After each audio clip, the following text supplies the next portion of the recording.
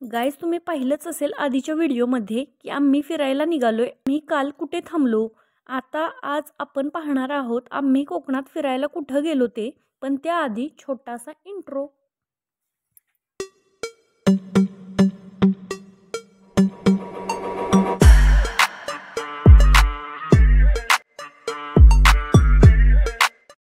Ramakrishna friends आणि मी योगिता आपलं स्वागत करते आपल्या चॅनलवर, ज्याचं नाव आहे मिस्टिक योगिता.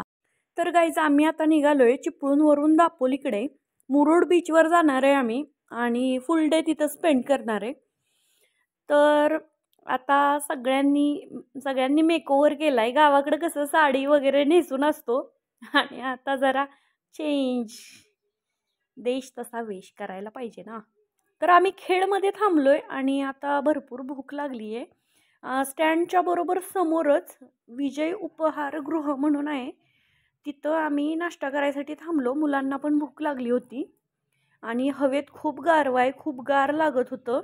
तर चला मग करूया नाश्ता. आम्ही सगळ्यांचं आवरलं आणि खेडमध्ये आलोय आणि आम्ही निघालोय नाश्ता करायला. ओविना आणि मी मस्त उत्तप्पावर ताव मारला. रामकृष्ण फ्रेंड्स आणि मी आता बीचवर आहे.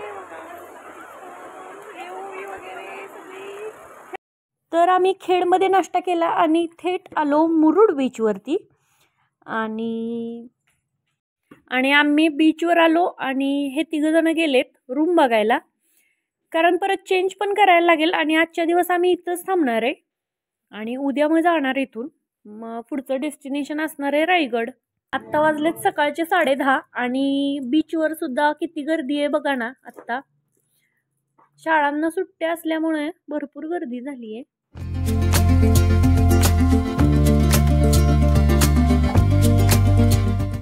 मुलांचे खेळतानाचे आणि आमचे पण थोडेफार फोटो काढले, मी शेअर केलेत थोडेसे तुमच्याबरोबर.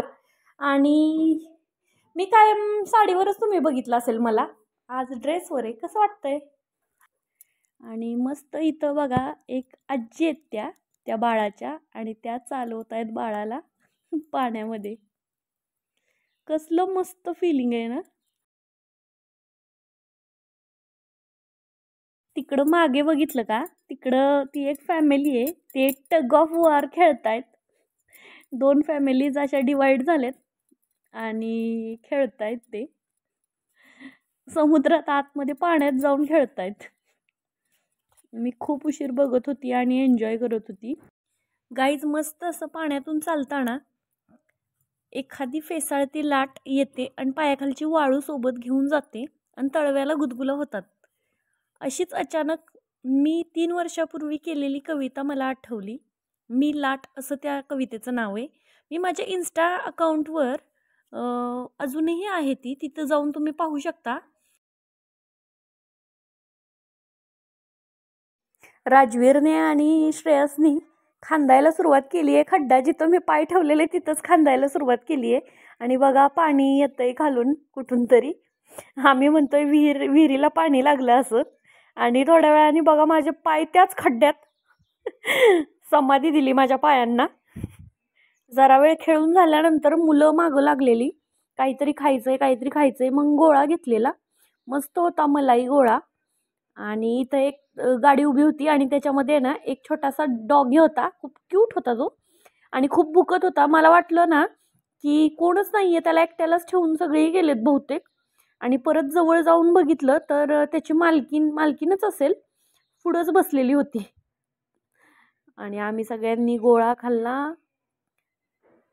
आणि परत निघालो रूमवर. रामकृष्ण फ्रेंड्स, आत्ता वाजलेत 5:30 आणि आम्ही बसलोय मुरुडच्या बीचवर. सकाळपासून काही सुद्धा व्हिडिओ जास्त केला नाही, कारण माझी जरा तब्येत बरोबर नव्हती. खूप जास्त अजिबात तब्येत बरोबर नव्हती, कारण जरा पित्त झालेलं. सकाळी लवकर नाश्ता केलेला आणि लगेच गाडीत बसलेलं ना, त्यामुळे ना खूप पित्त झालेलं आणि कसं तरी होत होतं. त्यामुळं काहीच नाही व्हिडिओ केलेला. त्यामुळे आत्ता करते. आत्ता तुम्हाला पाठीमागे दिसतंय का?